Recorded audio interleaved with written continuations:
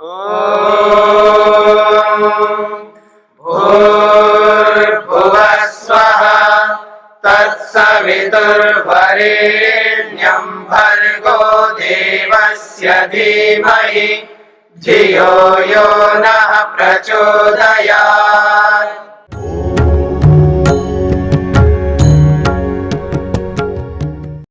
तो कहते हैं युगपत् चतुष्टयस्य तु वृत्ति ही क्रमशश्च तस्य निर्दिष्टा। एक साथ चतुष्टयस्य चारों तत्वों का क्रमशः एक क्रम पूर्वक जब उनका जुड़ा होता है, उनका क्रम होता है, तब वृत्ति बनती है। तस्य उस चतुष्टय का ऐसा ही निर्देश किया गया है। यानी बुद्धि आत्मा जो है बुद्धि के साथ जुड़ती है, और फिर बुद्धि अहंकार के साथ, अहंकार मन के साथ, फिर मन जो है ज्ञानेंद्रियां अथवा कर्मेंद्रिय के साथ, इस तरह का।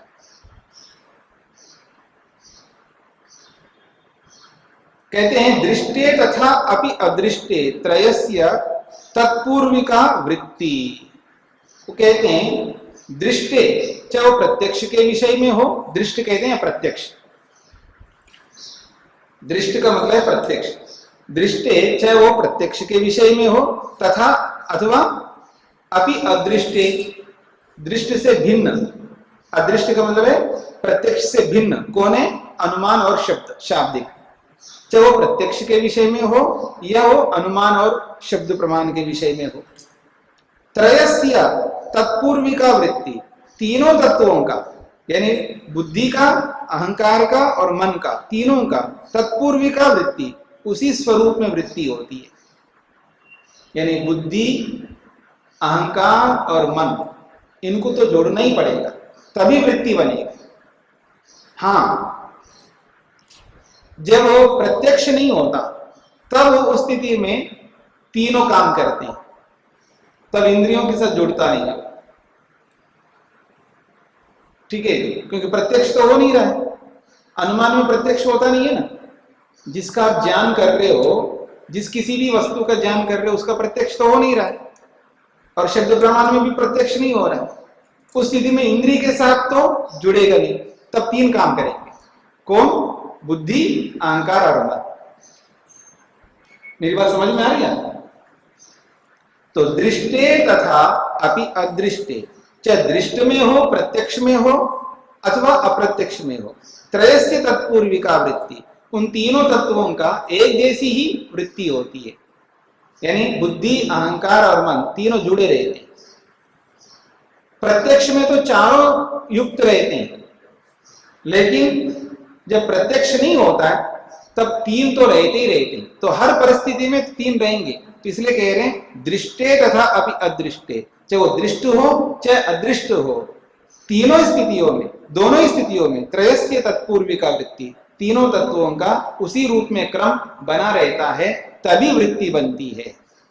चाहे वो दृष्ट हो चाहे अदृष्ट हो, चाहे वो प्रत्यक्ष हो अथवा अनुमान शब्द हो, इन तीनों ही प्रमाणों के विषय में उन तीनों तत्वों का उसी रूप से क्रम बना रहता है, उस क्रम से ही वृत्ति बनती है। हाँ, जब प्रत्यक्ष होता है तब चौथा पदार्थ, चौथा तत्व उसके साथ जुड़ जाएगा, ये कहना चाहते हैं। ये बात स्पष्ट हो रही है? स्वामी जी, जैसे अंधेरा हो जी, काम नहीं करती, बाकी तीनों काम। कौन तीन? आपसे मैं कैसे बात कर सकता हूँ बिना माइक के?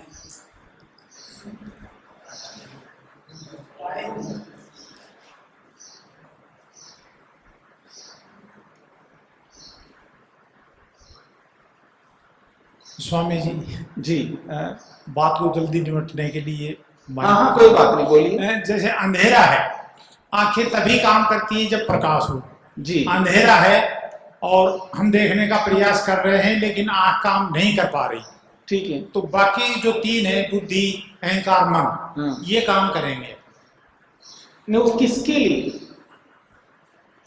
वो ये तीनों किसी चीज को देखना चाह रहे हैं, लेकिन आंख के माध्यम से आंख काम नहीं कर पा रही। पहला बात को समझ लो जी। ज्ञान जो हमको होता है ना, जिसको हम जानना चाहते हैं, जी वो तीनों प्रमाणों से होता है। प्रत्यक्ष प्रमाण से होता है, जी जी अनुमान प्रमाण से होता है, और शब्द प्रमाण से जी होता है।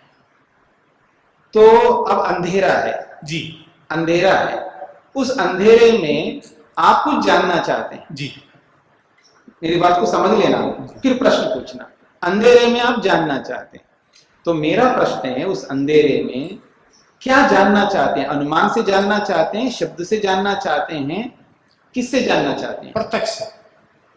मान लो अंधेरा है, रात को लाइट से देगी यहाँ पे, हाँ। और मैं पेन भूल गया यहाँ पे, हाँ, और अंधेरा है तो मैं पेन को देखना चाह रहा हूँ, दिख नहीं रहा क्योंकि अंधेरा है, आंखें काम नहीं कर रही। ठीक है, जी तो वह प्रत्यक्ष तो होगा नहीं, जी, प्रत्यक्ष नहीं होगा। वहाँ अनुमान भी नहीं है, शब्द भी नहीं।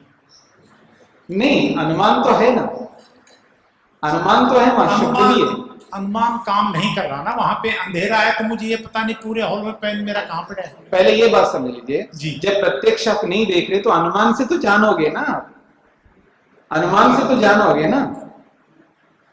अनुमान वहां पे काम नहीं कर रहा ना जी। नहीं, काम नहीं कर रहा वो अलग बात है जी। अगर अनुमान काम करने लगे तो जान सकते हो, नहीं जान सकते? हाँ। ठीक है ना। हाँ। अब मैं आपको समझाता हूं, अंधेरा है, जी। आपको अंधेरे कमरे में आपको लेके गए, ठीक है, आपको पता नहीं है ना उस कमरे में कोई नया कमरा है, लेकिन वहां आप जाकर के आप उस अंधेरे में घूम रहे हो, तो आपको एहसास हो रहा है कि यहाँ कुछ है, यहाँ कुछ है।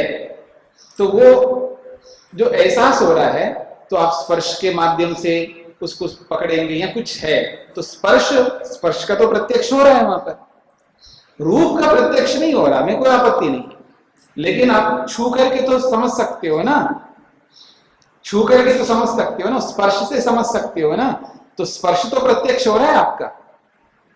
अच्छा, स्पर्श प्रत्यक्ष हो रहा है, और उस कमरे में गंध भी आ रही है, गंध भी तो आ रही है ना, मान लीजिए कोई गंध है वहां पर, चाहे वो सुगंध हो चाहे दुर्गंध हो, तो गंध का भी तो प्रत्यक्ष हो रहा है, ठीक है ना। और उस कमरे में शब्द भी हो रहा है, तो शब्द का भी प्रत्यक्ष हो रहा है, ठीक है ना। अगर आपने किसी कारण से मुंह खोल दिया और मुंह में कुछ गिर गया, ठीक है ना, या कोई कुछ डाल दिया आपके मुंह के अंदर, अंधेरे में है तो कुछ डाल दिया, तो क्या डाल दिया? रसगुल्ला डाल दिया, तो रसगुल्ला का भी प्रत्यक्ष हो रहा है।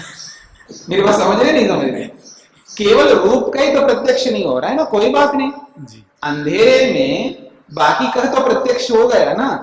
तो मैंने 4 बातें कही आपके सामने, यानी रस का भी प्रत्यक्ष हो रहा है अंधेरे में, और स्पर्श का भी प्रत्यक्ष हो रहा है अंधेरे में, शब्द का भी हो रहा है और गंध का भी हो रहा है, केवल रूप का प्रत्यक्ष नहीं हो रहा है।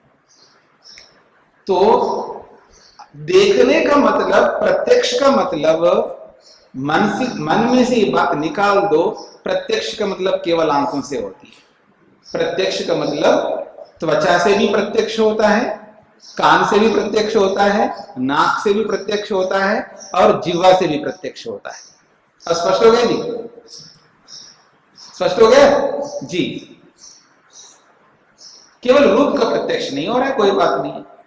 रूप के विषय में आपको प्रत्यक्ष नहीं करना है तो आपको अनुमान करना है, तब 3 काम करेंगे, बाकियों के समय में 4 काम करेंगे, इसलिए मैंने ये बात कही। हाँ, आगे बढ़े, अगली बात देखिएगा।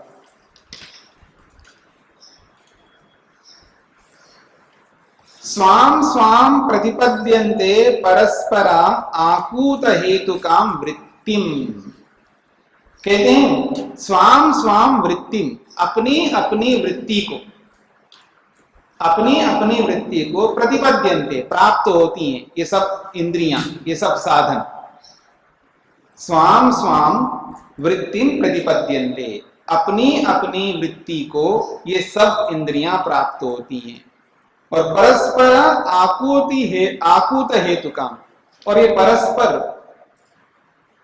परस्पर का मतलब है एक दूसरे के सहयोग से, बिना एक दूसरे के सहयोग से नहीं, यानी बुद्धि का सहयोग अहंकार ले रहा है, अहंकार का सहयोग मन ले रहा है, मन का सहयोग इंद्रिय ले रही है, और इंद्रिय मन का सहयोग ले रही है, अहंकार का सहयोग ले रही है, और बुद्धि का भी सहयोग ले रही है। इस प्रकार परस्पर आकूत क्या है? परस्पर आकूत हेतु का।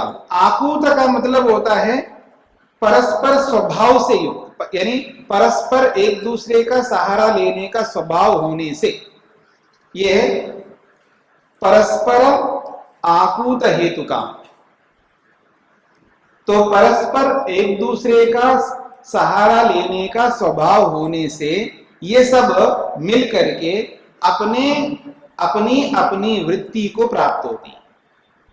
यानी केवल अहंकार वृत्ति को प्राप्त नहीं हो सकती, केवल अहंकार किसी वृत्ति को प्राप्त नहीं हो सकता। यानी अहम रूपी वृत्ति को अहंकार तब तक नहीं कर सकता जब तक ये परस्पर आकूत हेतु काम नहीं बनेंगे। यानी परस्पर मिलकर के एक दूसरे का सहारा नहीं बनेंगे, तब तक अहंकार अपनी वृत्ति नहीं कर सकता, बुद्धि अपनी वृत्ति नहीं कर सकती, ज्ञानेंद्रियां अपनी वृत्ति नहीं कर सकती हैं, कर्मेंद्रियां अपनी वृत्ति नहीं कर सकती। ये सब मिलकर के एक दूसरे का सहारा सहयोग लेते हैं।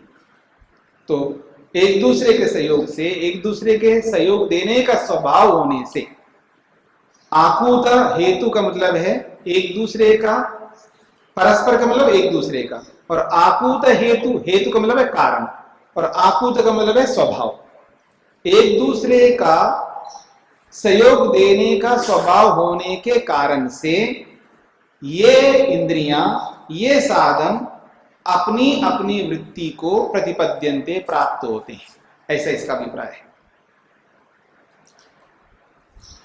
और इसके पीछे क्या कारण है, क्या हेतु है? तो कहते हैं पुरुषार्थ एवं हेतु हो, इसमें पुरुषार्थ ही हेतु है, पुरुष के प्रयोजन को सिद्ध करना ही इसमें हेतु है। यानी ये सब क्यों परस्पर मिलकर के अपनी अपनी वृत्ति को प्राप्त हो रही है?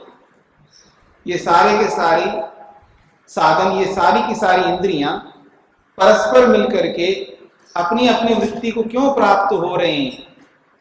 तो कहते हैं पुरुषार्थ ही वह हेतु, वहां पुरुषार्थ ही हेतु है। यानी पुरुष के प्रयोजन को सिद्ध करना ही वहां कारण है, और कोई कारण नहीं। ये सब मिलकर के क्यों अपनी अपनी वृत्ति को, अपने अपने व्यापार को प्राप्त हो रहे हैं? क्योंकि पुरुष का प्रयोजन सिद्ध करना है। न केनचित कार्यते का करणम, और कोई करवा नहीं रहे हैं। अब यहां सिद्धांत का थोड़ा सा भिन्नता है। यहां पर सिद्धांत की भिन्नता यहां ये है, वो दूसरे को कारण नहीं मान रहे, आत्मा को कारण नहीं मान रहे, पुरुष को कारण नहीं मान रहे, परमात्मा को कारण नहीं मान रहे।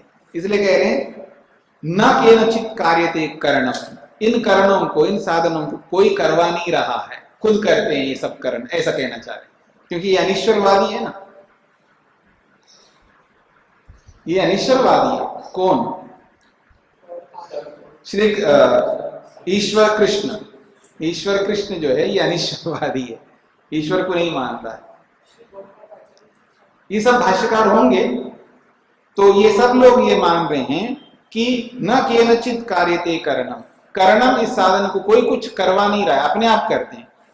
अब भले आदमी इतनी बढ़िया व्याख्या आपने की है, परमात्मा को स्वीकार किया, पुरुष को स्वीकार किया है, सबको स्वीकार किया है, फिर यहाँ आकर के आप मार खा रहे हो एक प्रकार से कि न केनचित कार्यते करणम, इस कारण को, इस साधन को किसी के द्वारा नहीं करवाया जा रहा है। अपने आप कैसे करेंगे जड़ पदार्थ?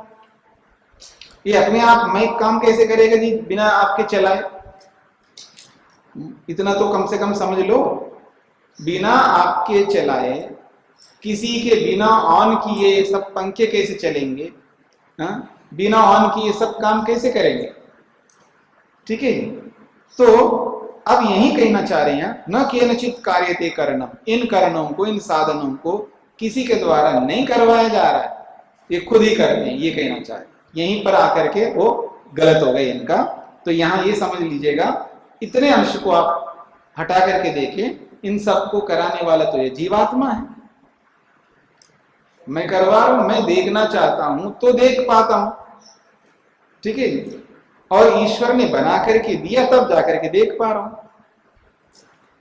तो यह मुख्य रूप से पुरुष का सहयोग है। यहाँ पर पुरुष के करवाने कारण से, पुरुष की प्रेरणा से ये सब साधन कार्य करते हैं, इसे समझना है। हाँ जी स्वामी जी, हिंदी में तो इन्होंने ईश्वर की बात मानी है, ईश्वर की बात मानी, हिंदी ट्रांसलेशन में ईश्वर को माना है, क्या लिखा है?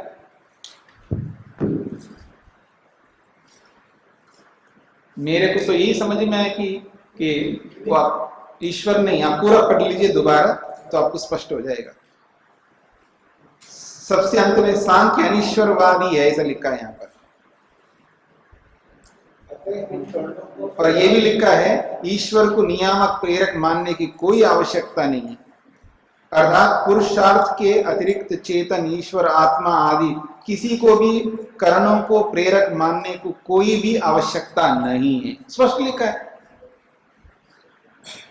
31वें के अंतिम पंक्ति लिखो, देखिए पढ़िएगा। 31वीं कारिका का अंतिम देखिएगा, हिंदी का 2-3 पंक्तियां देखिएगा, नीचे से ऊपर 3 पंक्तियां देखिएगा, देखिएगा। हेतु अर्थात नियामक है और चेतन अर्थात ईश्वर को नियामक प्रेरक मानने की कोई आवश्यकता नहीं है, अर्थात पुरुषार्थ के अतिरिक्त चेतन ईश्वर आत्मा आदि किसी को भी करणों को प्रेरक मानने की कोई भी आवश्यकता नहीं है। स्पष्ट शब्दों में लिख दिया। हाँ, तो इसलिए ये तो अनीश्वरवादी होने कारण से ऐसा लिखते हैं, पर ये ऐसी बात नहीं है। तो आत्मा की प्रेरणा के बिना ना तो बुद्धि काम करेगी, ना अहंकार काम करेगा, ना मन काम करेगा, कोई काम नहीं करेगी। ठीक है जी? स्वामी जी जी, ये प्रस्तावना का पृष्ठ नंबर 5 है, इसमें भी नीचे की 2 लाइनों में लिखा हुआ है ईश्वर के संबंध में यह शास्त्र मौन व्रती है, मतलब सांख्य शास्त्र। हाँ, मौन व्रती है। इसने न तो अपनी युक्ति से ईश्वर के अस्तित्व का मंडन किया है और न ही खंडन।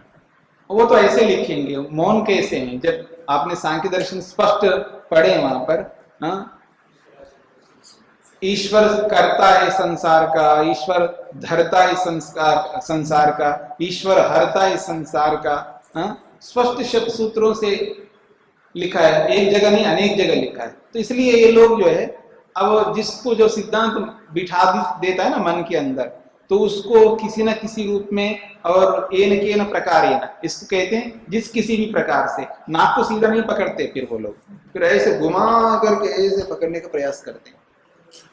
ये स्थिति है। तो खैर कोई बात नहीं, हम इतना मान करके चलते हैं, ये सारी इंद्रियां, ये सारे साधन बिना आत्मा प्रेरणा के कुछ नहीं कर सकती है। ये यूं कहिए, ईश्वर प्रेरणा के भी कुछ नहीं कर सकते। यानी चाहे आत्मा प्रेरित करता है तो भी काम करती हैं, अपने काम प्रवृत्त होते हैं तो ईश्वर की प्रेरणा से और जीवात्मा की प्रेरणा से, दोनों की प्रेरणा यहाँ पर काम करती है। केवल जीवात्मा की प्रेरणा है और ना केवल परमात्मा की प्रेरणा है। परमात्मा तो उसको कार्यरत रखता है, यानी काम करने योग्य बना के रखता है उसको। मेरी बात समझ में? जैसे मोबाइल को, किसी भी मोबाइल को, किसी भी यंत्र को वो काम कर सके, मैकेनिक जो है उसको ठीक रखता है, यानी ये काम करता ही रहे यंत्र, ऐसा बना के रखता है। फिर हम जब चलाते हैं तो यंत्र चलता है। तो ठीक इसी प्रकार से हमारे शरीर में जितने भी यंत्र है, ये काम कर सके ऐसा सामर्थ्य प्रदान करने का काम भगवान का है, फिर इन यंत्रों से काम करवाने का सामर्थ्य जीवात्मा का है। द्यो शान्तिरन्तरिक्षं शान्तिः पृथिवी शान्तिरापः शान्तिरोषधयः शान्तिः वनस्पतयः शान्तिर्विश्वे देवाः शान्तिर्ब्रह्म शान्तिः सर्वं शान्ति शान्तिरेव शान्ति क्षमा शान्तिरेधि ॐ शान्ति शान्ति शान्तिः